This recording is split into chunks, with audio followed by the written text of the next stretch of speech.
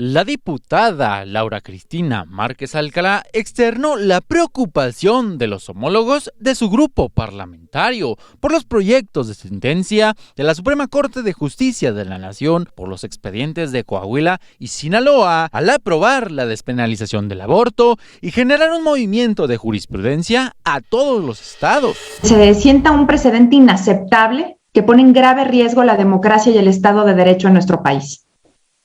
Ciertamente es competencia del Poder Judicial de la Federación determinar si las normas emitidas por el Poder Legislativo local o federal se encuentran apegadas a la Constitución Política de los Estados Unidos Mexicanos y a los tratados internacionales ratificados por el Estado mexicano. Asimismo, es competencia exclusiva de la Suprema Corte de Justicia de la Nación ordenar a una legislatura la modificación de ley que no sea conforme a derechos humanos reconocidos en dichos instrumentos. Ante lo sucedido, la congresista remarcó que la Suprema Corte de Justicia no va a venir a marcar agenda ni a dictar el actuar legislativo en materia de la despenalización del aborto por extralimitar sus facultades, que solo son de observancia. Sin embargo, en las acciones de inconstitucionalidad en cuestión, los ministros sobrepasan su mandato, toda vez que dan prioridad a las observaciones realizadas por los comités o mecanismos de seguimiento de los tratados internacionales por sobre la letra del propio tratado.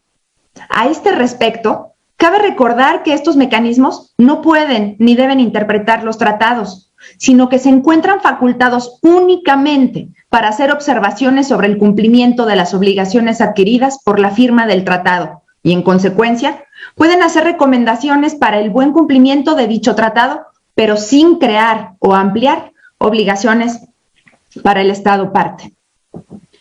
Este punto resulta relevante, pues se ha demostrado en distintas ocasiones que estos organismos actúan más allá de su autoridad y mandato, imponiendo obligaciones a los estados parte que no se encuentran fundadas en el tratado para el cual fueron creadas. Finalmente, Márquez Alcalá expresó recelo sobre los proyectos de sentencia cuya aprobación representaría una transgresión al sistema del margen de interpretación de los derechos humanos, y más aún que en la propia Constitución estatal han decidido reconocer el derecho a la vida desde la concepción. Además de aprobarse estas resoluciones, se pone en juego la libertad configurativa de las entidades federativas para que, sin transgredir el orden constitucional, resuelvan con libertad en las materias que les compete.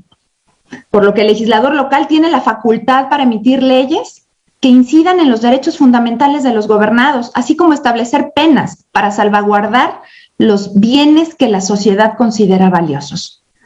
En este sentido, además de atacar directamente la democracia representativa, dejaríamos a los gobernados en un estado de incertidumbre e indefensión, puesto que sus representantes quedan limitados en sus facultades. De ninguna manera pretendemos asumir una actitud conformista ante las limitaciones e insuficiencias de las leyes en México. Por el contrario, todos los legisladores de este país, independientemente de nuestra afiliación política, debemos redoblar nuestro esfuerzo y compromiso para que toda la legislación local y federal en todas las materias responda al parámetro de derechos humanos. Es decir, la legislación actual es el piso y no el techo. Para el Sistema de Noticias de TV Guanajuato, con imágenes de Andrés Martínez, informó Eduardo Choguel Mendoza.